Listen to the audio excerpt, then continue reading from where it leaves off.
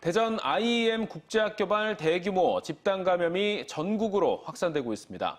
강원도 홍천의 교회와 광주, 용인에 있는 국제학교에서 관련 확진자가 쏟아지면서 제2의 신천지 사태로 번지는 게 아니냐는 우려까지 나오고 있습니다. 대전과 태안에 있는 관련 시설에 대해서도 검사가 진행되고 있는데요. 당국이 국제학교 건물을 조사해보니 정수기와 책상, 화장실 등 곳곳에서 바이러스가 발견돼 그야말로 코로나 온상이었습니다. 장석영 기자입니다. 대전 IEM 국제학교 교직원 1명이 추가로 양성 판정을 받으면서 158명 중 최종 133명이 확진됐습니다. 이 가운데 학생은 112명으로 120명 중 93.3%가 감염됐습니다. 강원도 홍천의 한 교회에서는 목사 부부와 MTS로 불리는 선교 공부 수련생 등 39명이 확진됐는데 대전 IEM 학교에 머물렀던 일행들입니다.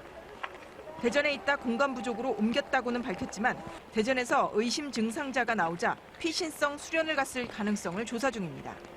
경기도 용인과 광주 국제학교에서도 확진자가 쏟아져 전국적으로 확산되고 있습니다. 대전에는 IEM과 연관된 서구의 한 방과후 학교 125명에 대해서도 검사에 들어갔습니다. 충남에선 같은 선교회인 태안 TCS 국제학교 학생과 교직원 107명을 검사한 결과 다행히 모두 음성이 나왔습니다. 이런 가운데 대전시가 대전 IEM 건물 4개 동 41곳에서 환경 검체를 채취한 결과 26곳에서 바이러스가 검출됐습니다.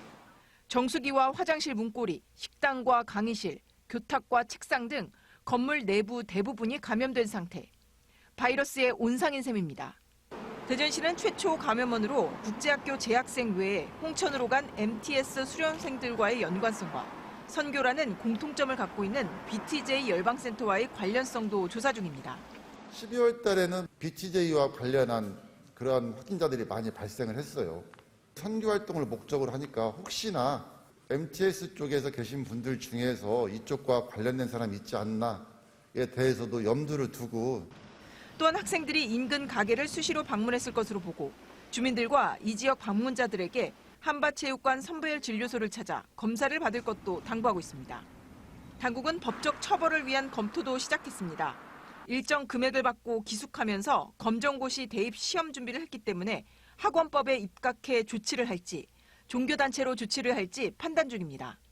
또 식품위생법 위반과 자치단체에 손실을 끼친 부분에 대한 손해배상까지도 진행할 방침입니다. TJB 장석영입니다.